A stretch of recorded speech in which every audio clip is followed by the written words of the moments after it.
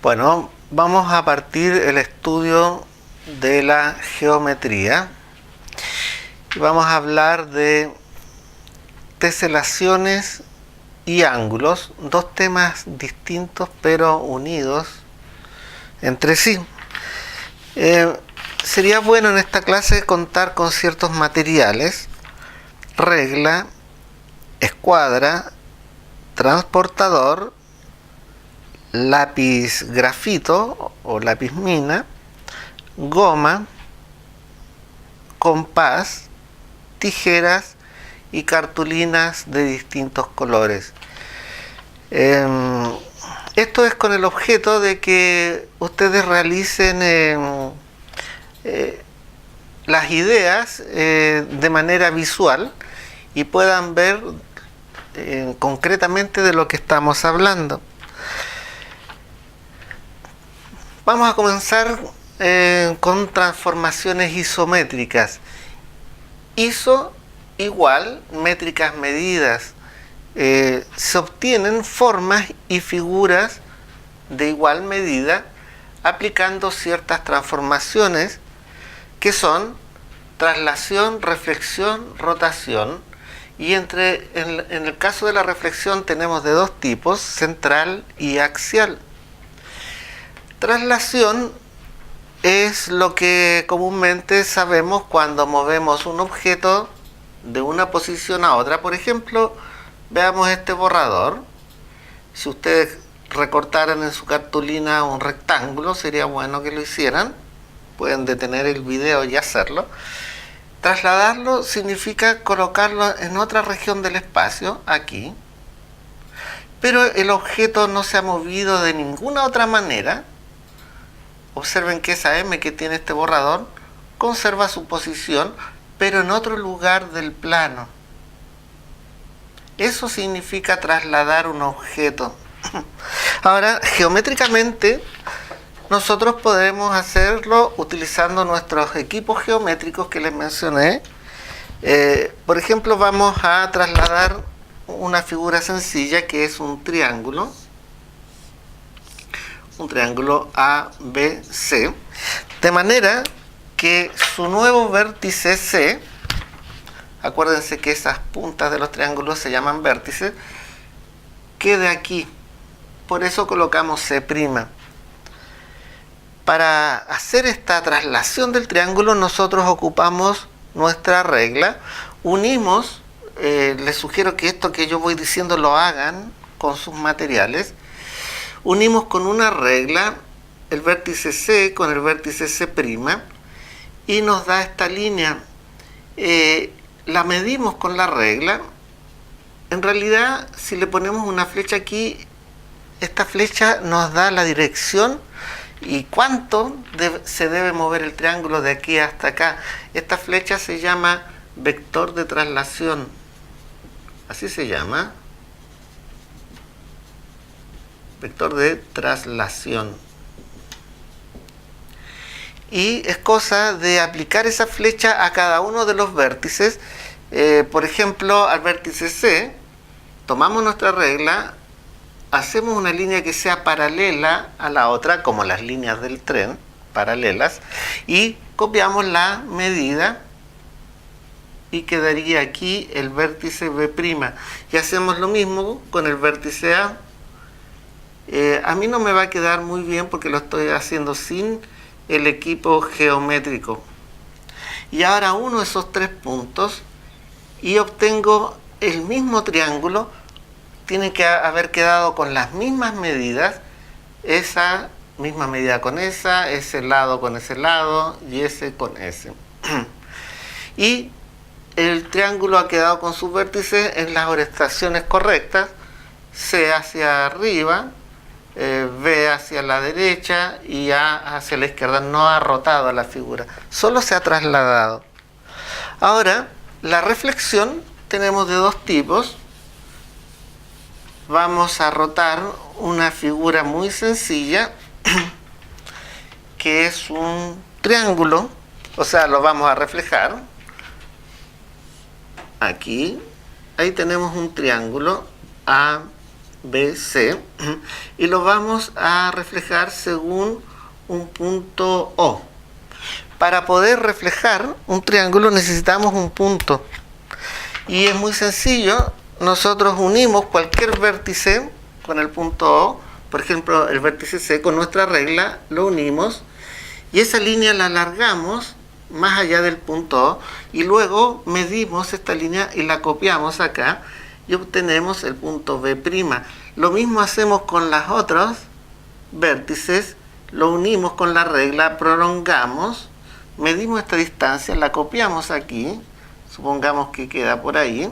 Ustedes lo pueden hacer bien con sus materiales.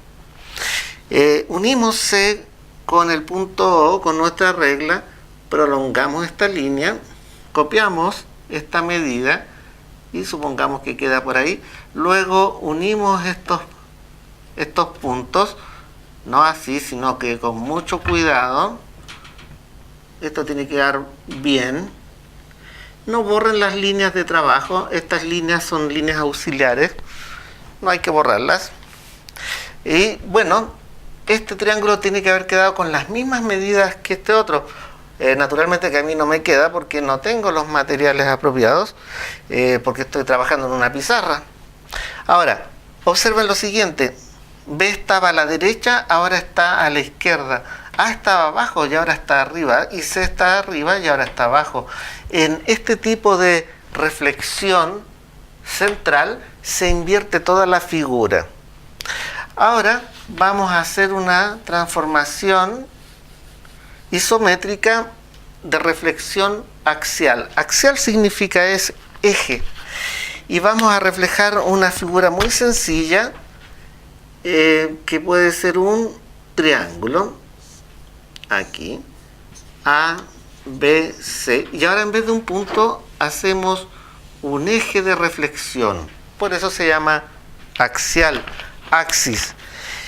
Para hacer esta reflexión es muy sencilla. Nosotros unimos con nuestra regla, con nuestra escuadra, ahora, de manera tal que esta línea quede formando un ángulo de 90 grados. Por eso es muy bueno colocar una escuadra aquí.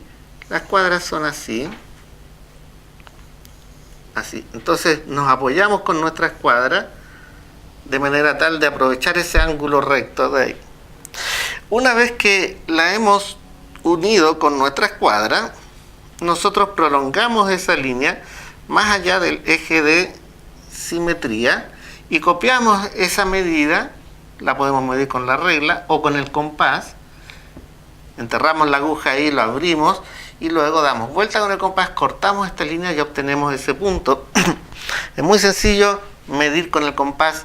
Lo mismo hacemos con este otro vértice, medimos esa distancia ahí, B', con esta la alargamos y mido esta y dará por ahí y luego uno estos y es como un espejo. Esto es lo mismo que sucede cuando uno se mira a un espejo. Obtenemos el mismo triángulo con las mismas medidas, pero ha sucedido algo. B estaba a la derecha, ahora está a la izquierda. C estaba arriba y se queda arriba, A estaba abajo, A estaba abajo. Por lo tanto, en este tipo de transformación, las izquierdas se transforman en derechas. Bueno, y nos queda hablar de la transformación isométrica más difícil, que es la rotación. No es difícil, pero a las personas no les gusta mucho. Rotar. ¿Qué significa rotar? Tomemos de nuevo nuestro ejemplo del borrador. Rotar significa hacer este movimiento, rotar como el planeta Tierra, ¿ven? Observen la M cómo va rotando, todo el borrador va rotando. Ahora esto también puede rotar de otra manera, puede rotar así, así, una rotación más grande. ¿Cómo lo hacemos esto en geometría? Bueno, vamos a un ejemplo con una figura sencilla. Puede ser un triángulo. Vamos a colocar aquí A, B, C. Necesitamos un punto de rotación, O, y necesitamos un sentido de rotación. Este triángulo lo puedo rotar hacia la derecha o hacia la izquierda. Lo vamos a rotar hacia la derecha, da lo mismo. Eso se llama en sentido horario. Hacia la izquierda se llama en sentido antihorario. Para hacerlo, recurriremos a nuestros equipos geométricos y uniremos con nuestra regla cualquiera de los vértices, por ejemplo el vértice B, lo unimos con el punto O. Luego podemos rotarla en 90 grados, aprovecharemos nuestra escuadra, pondremos la escuadra en esta posición, así, aprovechando que la escuadra tiene un ángulo de 90 grados ahí, y luego marcaremos esta línea hacia acá. Luego, con el compás o con la regla mediremos esta distancia. Si es con el compás, enterraremos la aguja aquí, abriremos el compás y cortaremos aquí, y tendremos copiado el punto B' rotado en 90 grados hacia la derecha. Y lo mismo haremos con los otros vértices. Unimos, marcamos 90 grados y copiamos la distancia. A mí no me va a quedar muy bien, pero yo sé que a ustedes les va a quedar muy bien esto. Este es una cosa así. Ahí. Y una vez que hemos hecho eso con los tres vértices, unimos los puntos y supuestamente ustedes deben hacerlo precisamente, obtener el mismo triángulo con las mismas medidas, pero rotado en 90 grados hacia la derecha. La idea de esto, de estas transformaciones isométricas, es que ustedes pueden tomar cualquier figura. Yo elegí un triángulo porque es más sencillo, pero se puede rotar cualquier figura, se puede trasladar y se puede reflejar cualquier figura. Por ejemplo, puede ser hasta una flor. No crean que es solo con triángulos, cuadrados, puede ser con cualquier cosa. Esa flor podemos trasladarla, rotarla, girarla, puedo mezclar estas transformaciones y ponerlas en la posición que yo quiera, solo usando la geometría. Un ejemplo, veamos la letra F. Aquí tenemos la letra F y hay 4 casos. El caso A, en que la F está más allá; el caso B, en que la F está C; la F como que está dada vuelta; la D como que se cayó. Entonces yo quiero que ustedes pongan qué transformación isométrica me sirve para lograr estos cambios en mi letra F original. Detenga el video. Para realizar el cambio A, lo único que pasó es que F se trasladó, se corrió un espacio más allá, por lo tanto eso lo hago con una traslación. En el caso B, la F pareció invertirse y estar mirando frente a frente la otra F.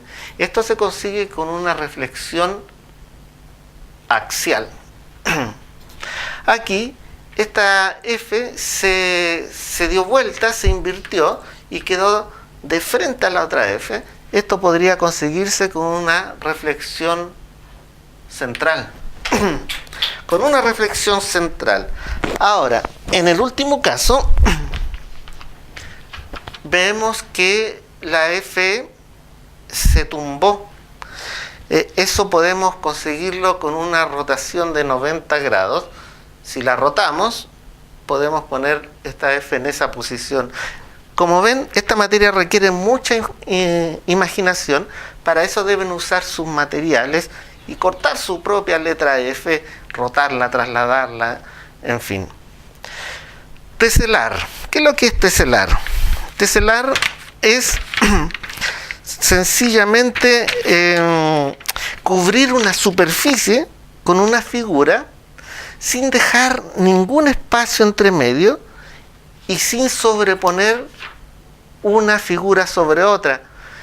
Por ejemplo, aquí tenemos, si miramos desde arriba, un suelo, un piso, y está tapado con cuadrados del mismo tamaño, como pueden ser unas baldosas, y no hay ningún espacio entre cada cuadrado, ni hay un cuadrado sobre uno y sobre otro. Eso se llama teselar. Usted podría hacer su propia figura y teselar una superficie con su cartulina. Y pueden ser, a estas se les llaman teselas, pueden ser con teselas de distintas formas. Lo importante es que no quede ningún espacio entre ellas y que no se sobrepongan unas con otras. Este arte geométrico viene de muy antiguo.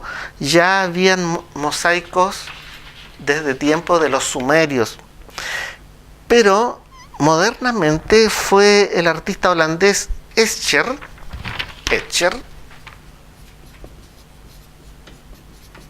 quien trajo al mundo moderno nuevamente este arte.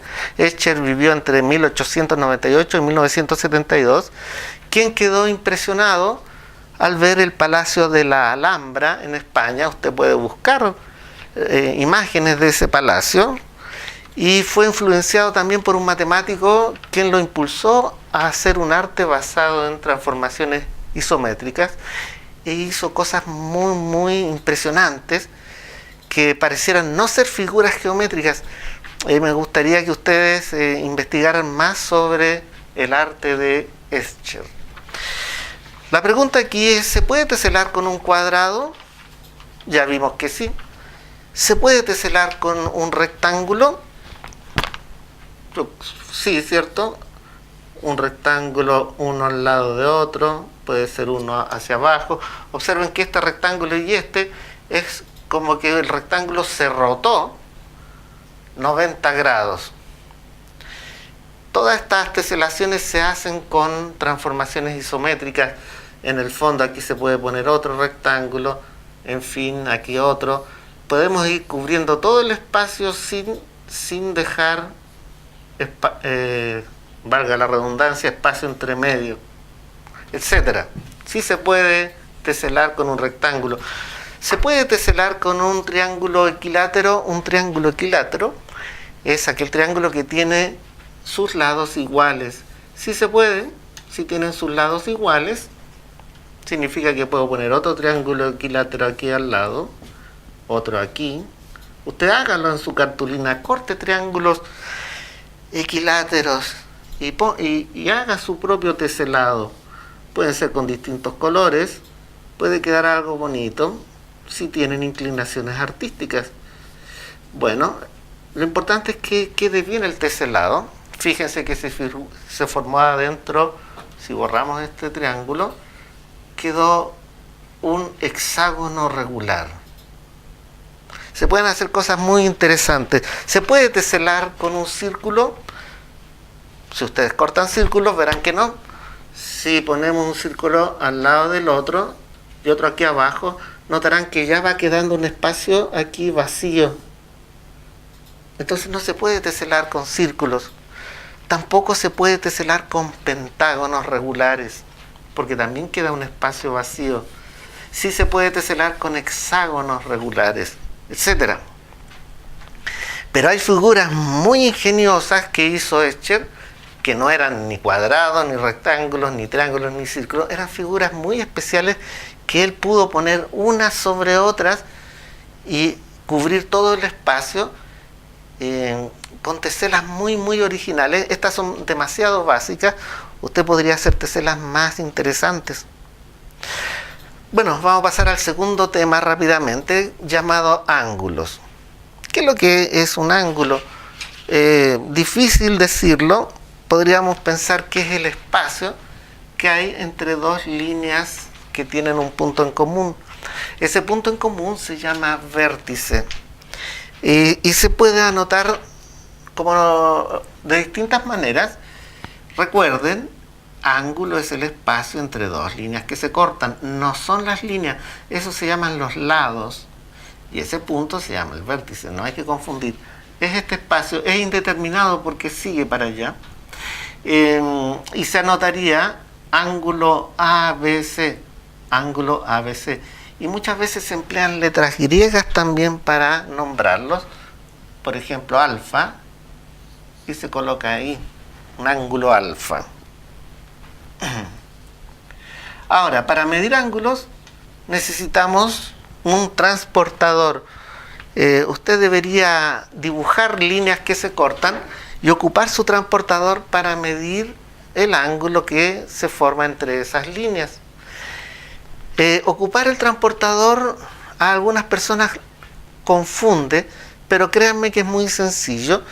En general hay distintas formas de transportadores, hay unos circulares, en fin, tiene líneas aquí, tiene una graduación, porque la gente ocupa esta parte como regla, pero en realidad el transportador lo que necesitamos es esta graduación, y aquí al medio trae un punto, una cruz o un pequeño orificio. Ese punto o esa cruz es la que tenemos que hacer coincidir con el vértice del ángulo que queremos medir. Imaginemos, colocamos aquí nuestro transportador, aquí, pero tenemos que hacerlo coincidir con nuestra figura, con nuestro ángulo que queremos medir. Ahí. Colocamos aquí. Entonces, en este vértice, ahí tiene que coincidir ese orificio o esa cruz que tenga su compás, o sea, su transportador. Y también tiene que coincidir un lado del ángulo, ese, con una línea que tiene aquí en la base ese equipo, ese instrumento. Y luego miramos la graduación. Algunos tienen doble graduación, tienen graduación por acá afuera y por acá adentro. Si parte con 0 aquí afuera, medimos de ahí 0, 1 y vamos contando. Y ahí podemos medir hasta aquí cuál es el número, el ángulo de nuestras rectas que hemos dibujado ahí. No es difícil usarlo, solo hay que estar un poquito atento a hacer coincidir las marcas que tiene este transportador. Los ángulos se van a medir en grados sexagesimales. Por ejemplo, tenemos que aquí varios ángulos, anoté, 90 grados, se escribe así, 90 con un círculo arriba pequeño. Pero a veces los ángulos no son justos, sino que son el equivalente a números decimales, pero en grados. Por ejemplo, aquí tenemos 71 grados 32 minutos. Y aquí tenemos 23 grados 48 minutos 50 segundos. Tienen una notación muy parecida al tiempo, a las horas, ¿ven? Grados, minutos, segundos. Esto ocurre cuando no tenemos un grado exacto. Es como les decía yo, el equivalente a los números decimales. Y donde tenemos que tener en cuenta que un grado son 60 minutos y un minuto son 60 segundos. Aquí hay que tener en cuenta algunas cosas para cuando tengamos que sumar y restar. Ustedes deberían copiar estos ejercicios y después volverlos a hacer nuevamente. No se conformen con verme a mí resolviendo ejercicios. Detienen el video e intenten hacer estas dos sumas y estas dos restas. Bueno, la primera es muy sencilla. 15 grados más 9 grados es 24 grados. ¿Cierto? Lo difícil va a ser cuando tengamos que sumar así. 13 grados 48 minutos más 2 grados 50 minutos 15 segundos. En este caso diremos lo siguiente.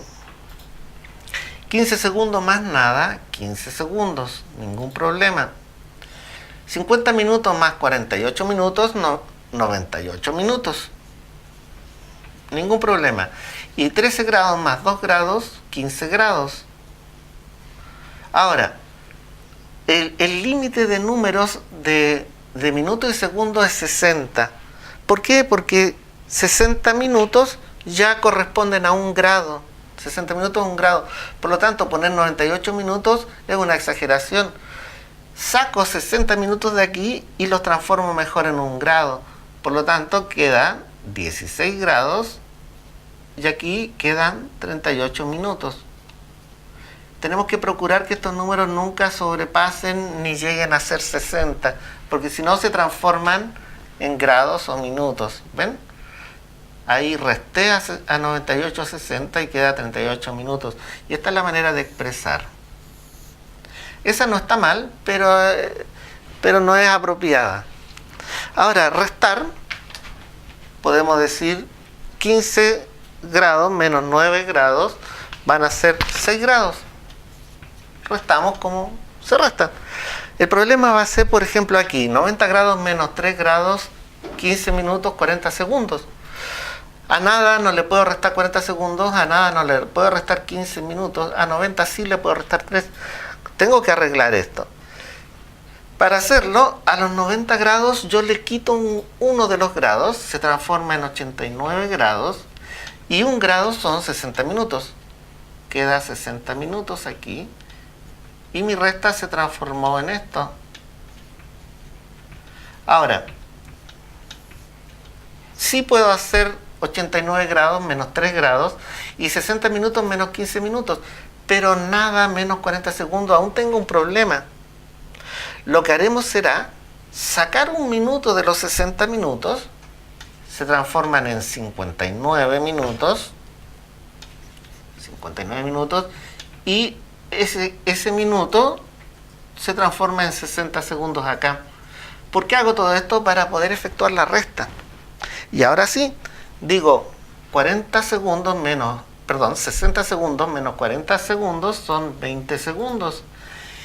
59 minutos menos 15 minutos son 44 minutos. 44 minutos. Y 89 grados menos 3 grados son 86 grados. Y tengo que observar que ni los minutos ni los segundos se pasen o sean iguales a 60. Está bien.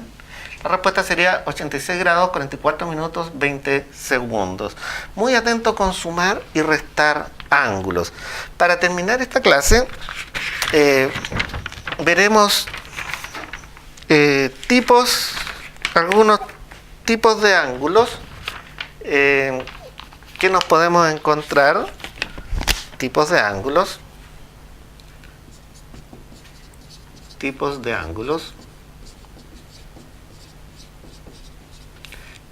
Ángulos agudos son aquellos ángulos que miden más que 0 grados, pero menos que 90 grados. Ángulos rectos son aquellos ángulos, pongo alfa porque es la letra que se usa generalmente para ángulos, son aquellos ángulos que miden 90 grados exactamente. Ángulos obtusos son ángulos que miden más de 90 grados. Estoy usando los símbolos de desigualdades que hemos estudiado. Ángulos que miden más de 90 grados, pero menos de 180 grados. Ángulos extendidos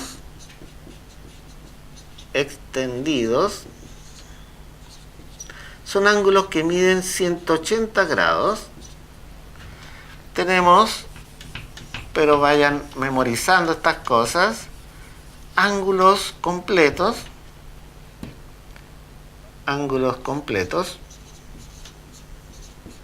Son aquellos que miden exactamente 360 grados. Ahora, también existen otros tipos de ángulos. Me gustaría que los investigaran. Ángulos opuestos por el vértice. Ángulos adyacentes. Ángulos complementarios.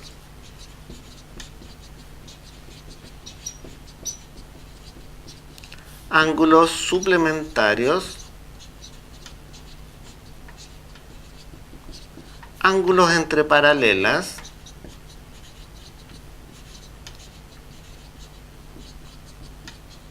Todos estos ángulos deben investigar y anotar qué significan.